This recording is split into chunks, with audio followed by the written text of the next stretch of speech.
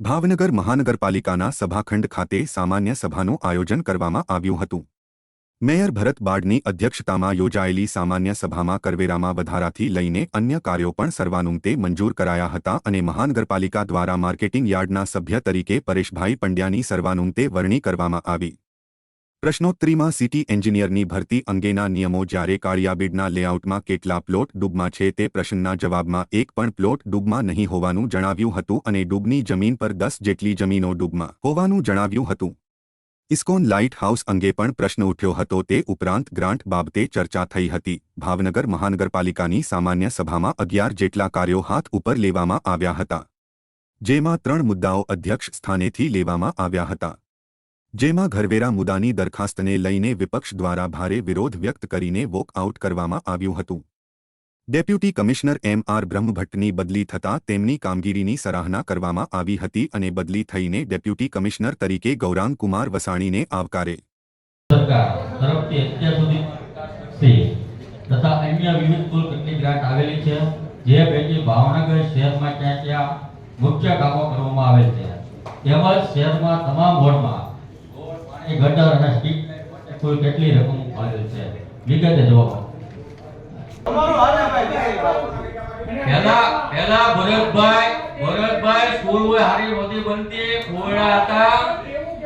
અત્યારે માનનીય નરેન્દ્રભાઈ અને અમારે જે રાજ્ય સરકારમાં મુખ્યમંત્રી શ્રી ભૂપેન્દ્રભાઈ ના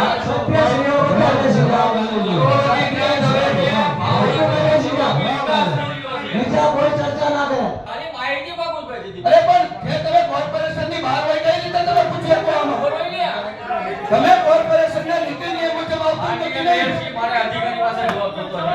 આ બસ પૂછો અધિકારી શ્રી જવાબ અહીંયાથી બદલી થઈને જઈ રહ્યા છે, તો સત્તા પક્ષે અને વિરોધ પક્ષે એક એક વ્યક્તિ શુભેચ્છા આપે, ચેરમેન શ્રી અને વિરોધ પક્ષના નેતા શ્રી માન્ય અધ્યક્ષ હાલ કમિશનર સાહેબે કીધું એમ અને મેડમની ખરેખર તો એક સાચી વાત કહું તો બહુ મોટી જવાબદારી મૂકી દીધી છે, કારણ કે મેડમે જે પ્રકારે કામ કર્યું આપ લોકો પાસેથી સાંભળ્યું એ પ્રકારે મને અંદરથી મોટિવેશન છે કે મેડમના લેવલ ખેરાવશે એ બધાને ખાતરી જ છે, એમને અભિનંદન આપું છું કે ભાવનગર માટે ખૂબ જ સારી કામગીરી કરી।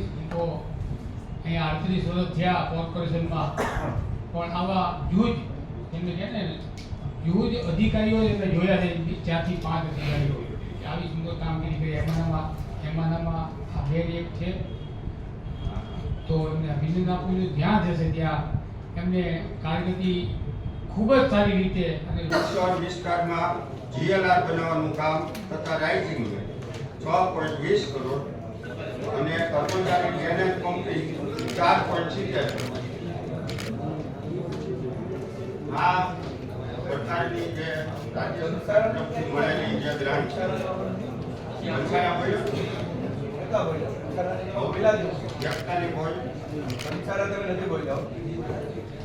તો અત્યારે જે ભાવનગર માટે કાર્ય થઈ રહ્યું છે એ કદાચ ના થઈ શક્યું હોત, અને એટલા જ માટે હું અગાઉ ચેરમેન શ્રી, મેયર શ્રી, હાલના chairman Shri, mayor Shri, deputy mayor Shri, તમામ નગરસેવકો, તમામ ચેરમેન શ્રીઓનો અને વિરોધ પક્ષનો પણ ખૂબ ખૂબ આભાર માનું છું।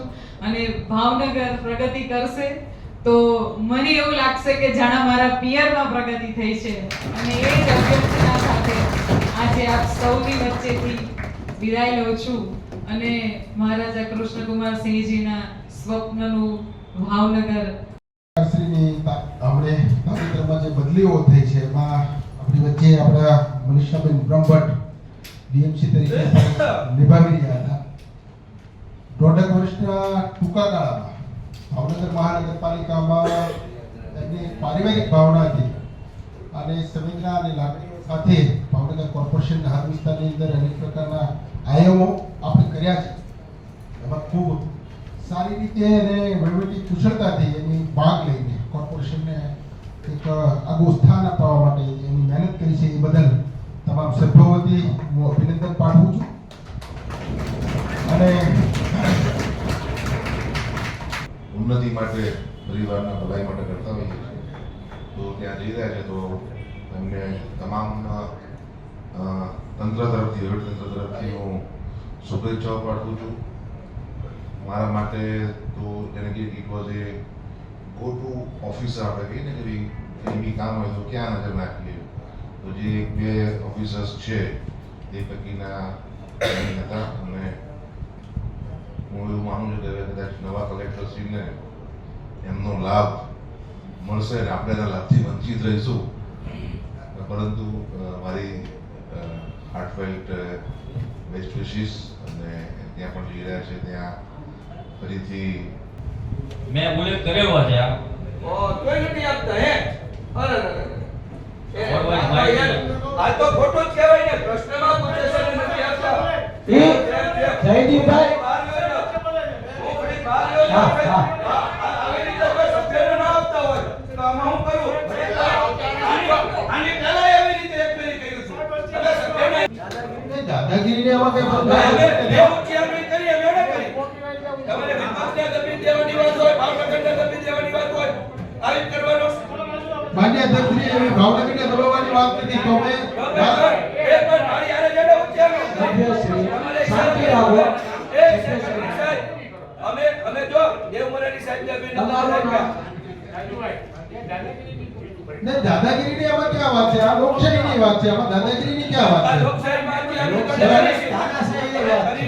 દાદાગીરી તો તમારા વખતમાં હતી. અત્યારે ક્યાં દાદાગીરી છે? દાદાગીરી તો ક્યાં અત્યારે તો લોકો સુરક્ષિત છે. તમે બોલી શકશો અત્યારે આનું નામ છે